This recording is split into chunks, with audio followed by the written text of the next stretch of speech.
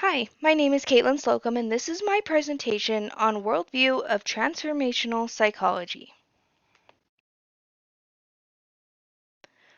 Positive and negative psychology. Positive psychology can be considered the psychology of normal functioning people. One may even say successful people who are doing well in life. They have jobs, families, homes, and money in the bank. They can continue to make growth, but overall, they're doing quite well. Negative psychology. Negative psychology is considered to be the psychology of dysfunction. It can also be a negative emotional self-perception. Now we'll look at Christian and transformational psychology. Christian psychology is a unique form of psychology which seeks to develop a distinctly Christian model for understanding the human condition. You can also look at it as a merger of theology and psychology. Black gave an interesting viewpoint of Christian psychology by saying, psychological truths carry the same truth value as biblical truths because God reveals both. For me, it really shows how much biblical truths and psychology can tie together. Transformational psychology is Christian psychology with a heavy focus of spiritual formation. My worldview. Though the world around me is big and may seem as though evil is winning at times, with using my fruits, love, kindness, and gentleness, I can shine the light of God onto those around me as well as impacting their lives. My assumptions. Before taking any of the quizzes in this course, I had an assumption that I was strong in mercy, serving, gentleness, and kindness. I felt like places there were places I did lack, but some of my weaknesses came as a surprise to me. After taking the spiritual gift quiz, it came back with the results confirming that I had all of what I thought, plus exhortation. Weaknesses on this one were not very surprising because I know I have not excelled in administration, teaching, or prophecy. I think these are my biggest weaknesses because I prefer to keep my beliefs to myself, and I don't like to share with others if it's not what they choose. However, I do see how it can be beneficial to share because some people have not been introduced to God, or maybe they have had a bad experience and I can be the one to guide them back. All of this plays into my worldview because by shining the light of God onto others around me, it also means that I need to share more of God's word and to continue having mercy on those who surround me.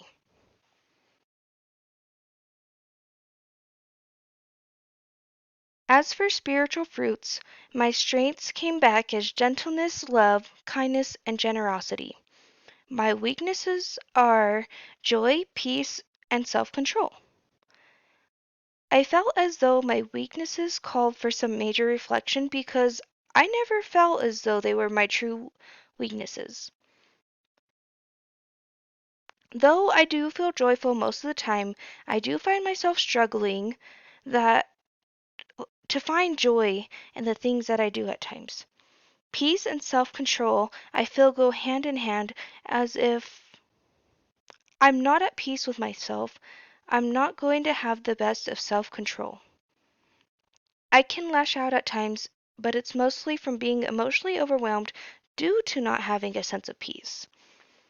This plays into my worldview because I have to find joy, peace, and self-control in order to be a good example of a follower of God to others who may be watching me.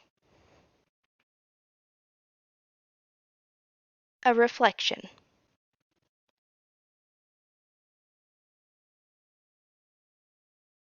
An overall reflection on my gifts and fruits is I have to emphasize reflecting on my weakness because they are correct and they do need improvement.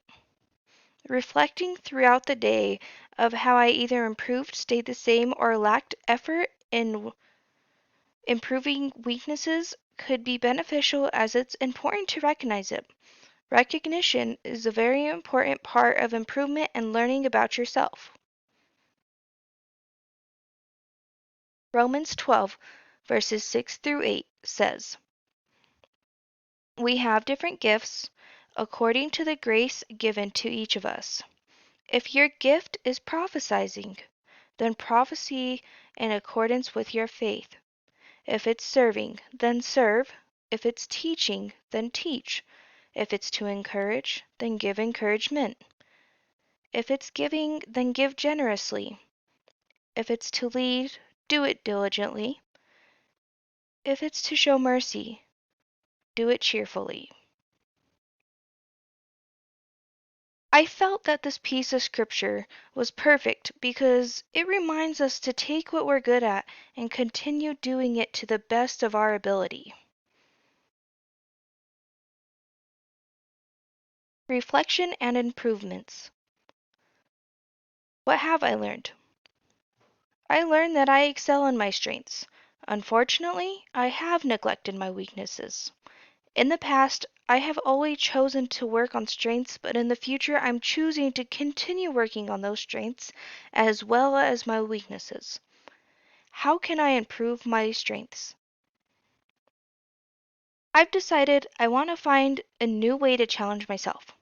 Continuing to challenge myself can make it harder to use those strengths, but because of that, it will also improve my skill level and ability to use them in different situations. I will also continue incorporating them into my daily routine as well as doing daily reflections. It will be a reflection on how I've used them correctly and how I could have used them better. How am I going to improve my weaknesses? First, I have to ask myself, how can I make it a point to practice them? How can I incorporate them into my life effectively?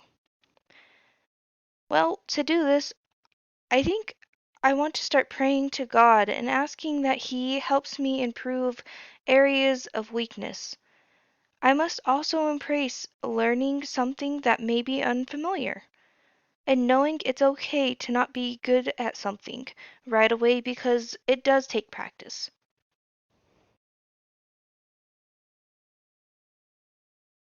What are some things I can change? To start, finding joy in the little things can make all the difference. Just by doing this, it can lead me to find an area of peace within myself that I have never felt before, which can then lead to being able to meditate and reflect more effectively, giving me better self control. I also want to be able to spread God's word and not to be afraid to step out of my comfort zone when doing so.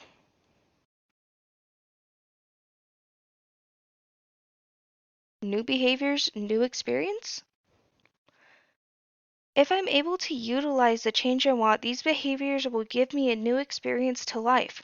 I believe it'll give me a different outlook on life, a better sense of self, and most of all, a closer relationship with God. Will there be a difference in my relationships? I believe the biggest differences will be patience, happiness, and peacefulness, as well as closer bonds and relationships. Being peaceful and happier will automatically draw those around me closer, as they'll want to be around someone with those traits versus someone without. Having them around gives me a better opportunity to grow a closer bond and to have a stronger relationship.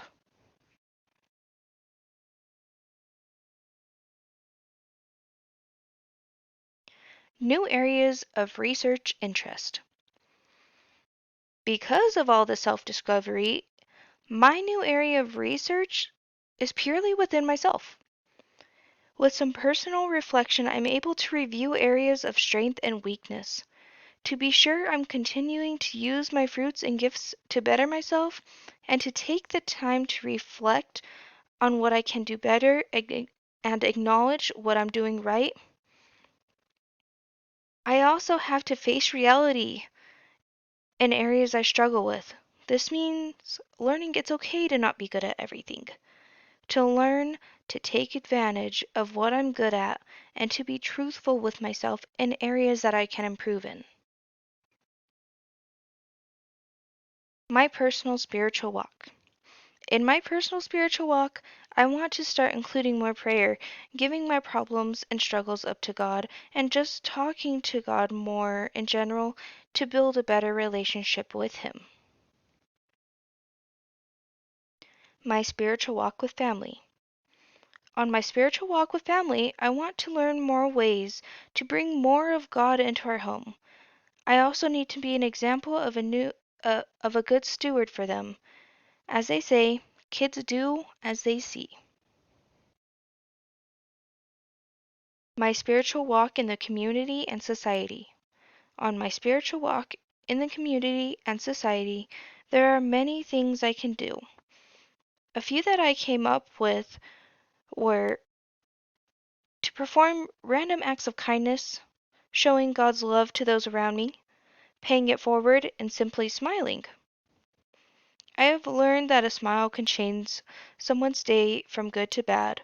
We never know what people are struggling with in their personal lives, and a smile can be all they need to get through that day.